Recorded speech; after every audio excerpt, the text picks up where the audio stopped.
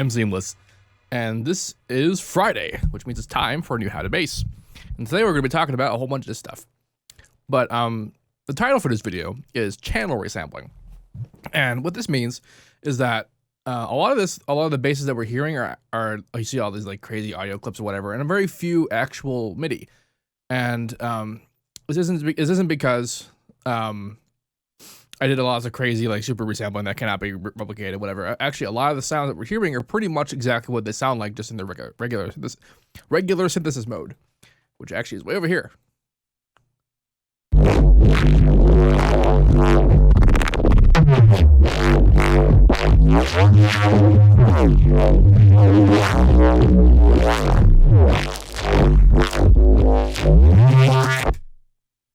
This is actually where the sound is generated from, but this will be about what we do afterwards.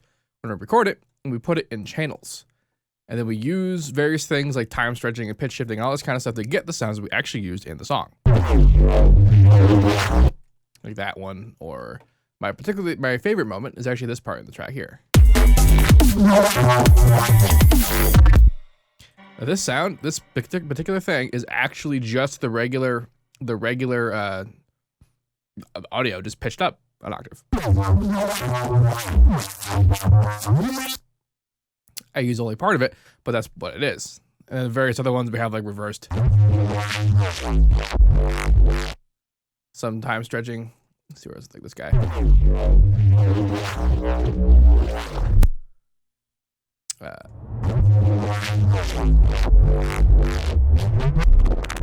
That's one where I recorded it out and then I put reverb on it and I recorded that out and then I reversed it. So we get a kind of like a pre-verb effect.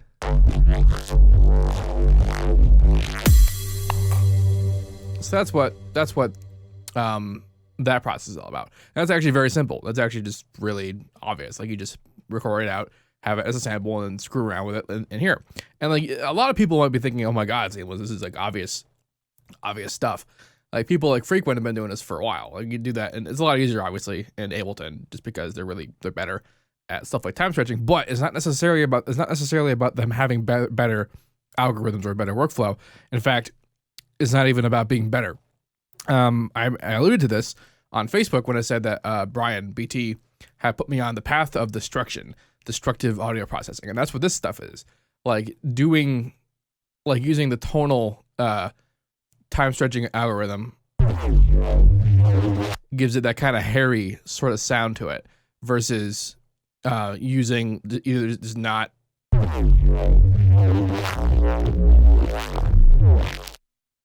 or maybe monophonic. There's lots of things happen to sounds just based on different algorithms, and there's actually a couple other sounds like this guy. Like I got there from pitch shifting and time stretching and all kinds of stuff. And what that used to be, drag sample 336. Actually, that might have actually been a rendered out version of an earlier one, but we'll find out in a second. 336.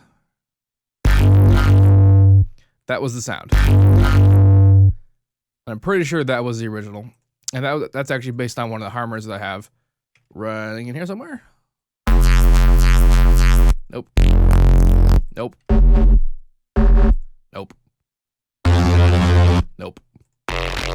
Nope. I don't know where it is, but one of the things I have, I recorded out, and I put up in here, and then I time stretched it, and then I pitched it down again.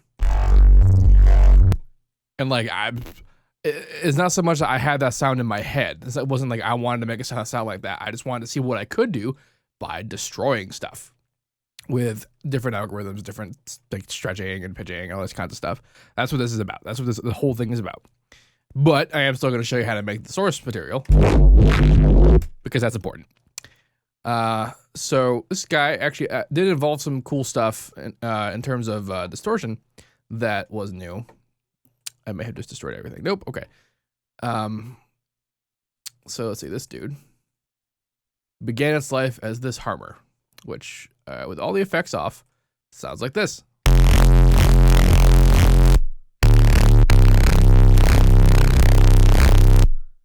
So what's happening here is I have a unison And the unison pitch is almost completely level except for the very lowest harmonic.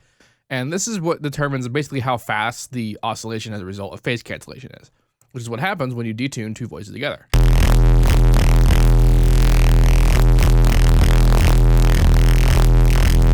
I don't remember where it was, but that's whatever.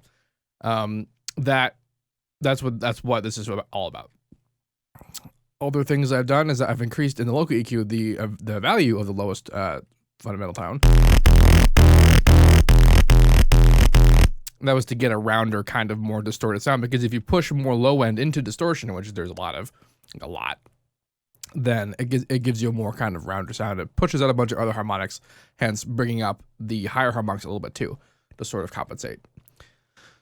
In harmonic phase, I did something else interesting, which was I turned the one line into a wave form, a wave type shape, and then I created this sort of thing. And now there's in the wave shape, you can either do the sine wave, or if you go all the way back, I'm not gonna do it because I don't want to screw it up. You can do triangles, and the reason why I do this is because the smooth change in values over the spectrum gets us interesting and different phase values for each individual harmonic, and that gives us this particularly cool little texture. Like without distortion and without unison. That's what that sounds like. So like it's still just a regular kind of saw wave with a little bit more low end, but it has an interesting kind of like bite to it, and that's the result. That's 100% the result of the phase change that we made in the harmonic phase window.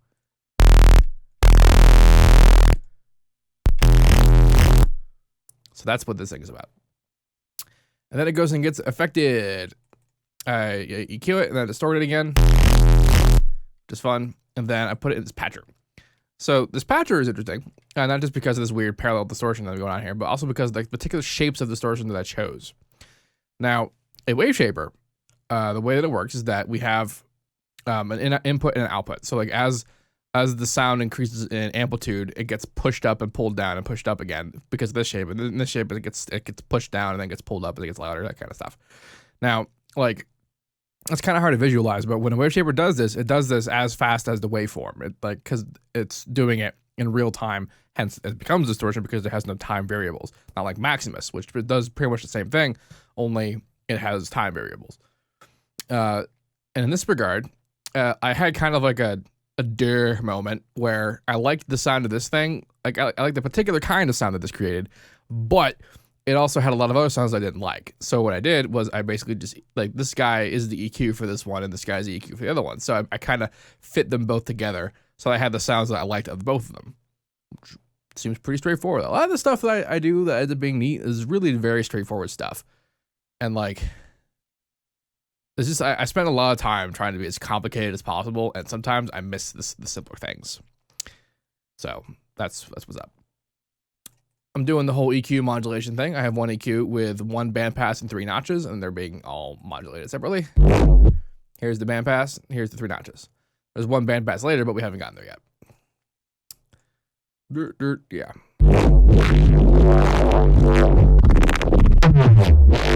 I also have a separate EQ that's just the low end. And the reason why I did that is, again, I was kind of after the rounded, distorted sound, which you get when you shove a bunch of low end into distortion. So I had a separate low end, keeping everything stable because the other guy then did not care at all about what low end's happening because it's a bandpass and a bunch of notches.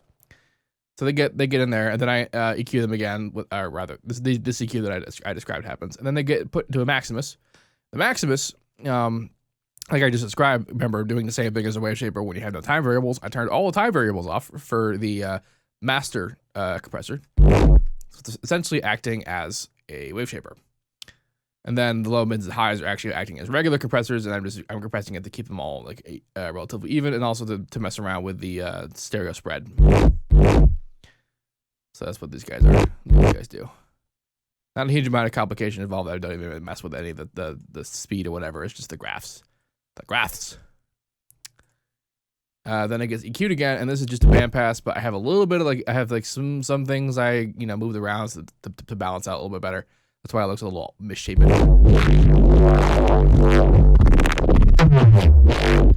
Now, in this configuration, when we're doing, I'm doing the first EQ, which has all the main modulation, and then this guy, which has the final modulation. This is the one that determines the rhythm of the modulation.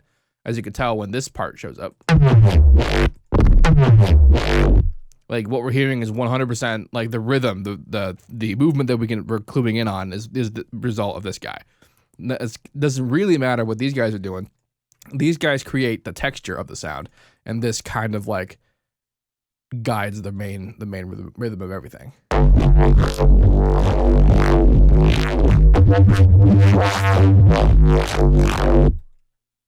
So that's the orientation as a result.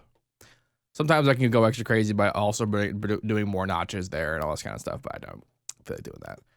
And then more weird distortion. Again, sort of on the destructive tangent. I just really wanted to see like what kind of a usable sound I could get out of just blowing everything up crazily. And doing things that like normally I might be like, that kind of sounds bad, but if you do it a whole bunch of times, I don't know, for some reason it works out. The EQ for shaping, you know, just last bits of stuff. And then I record it into Edison, and that's how I get it add as an audio clip. And there's a couple of the different experiments I attempted. Mostly it was time stretching and pitch shifting. This big guy, this is actually a bass. I put it down an octave lower. And I made it really long. And the reason why I did that is because my plan was to pitch this up by an octave and see what would happen. And I got this.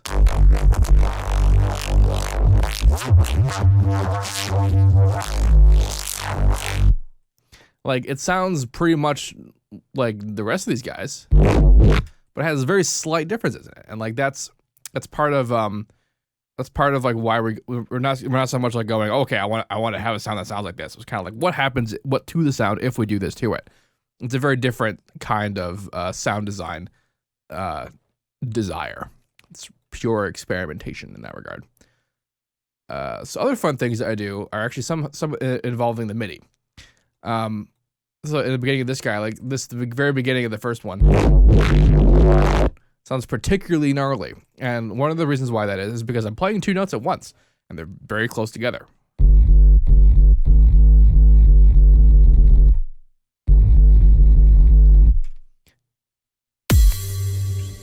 Come on.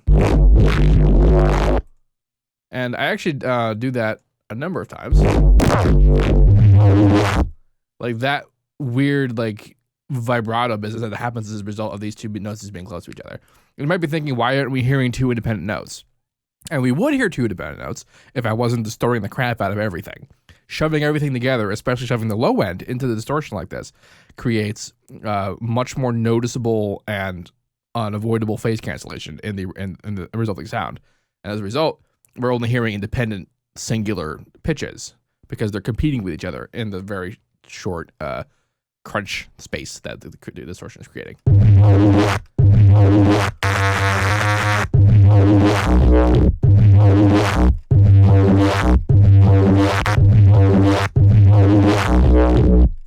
And such. I do this also with some of the live sounds that I'm using. One in particular I did particularly, not this one I guess.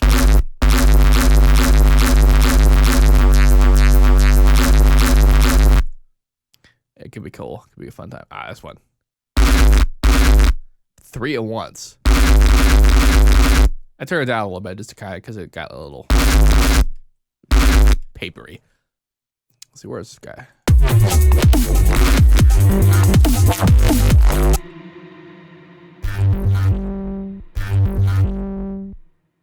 See, what did this sound like originally? Let's see. I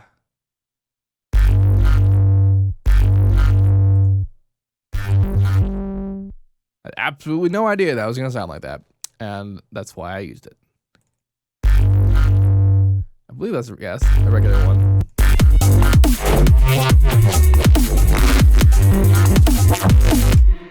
This track I'm working on is pretty much just a giant pile of experimentation and then showcase. Like it's an exhibition of weird ass bass. It's really all there is to it. And so I hope that this is a little confusing, and it might have also been a lot of very obvious information for lots of people. But if it wasn't obvious to me until very recently. So hopefully some people who might have, like me, not considered some of the more obvious points are now enlightened. If you have any questions about any of this, let me know. And as usual, have a nice day.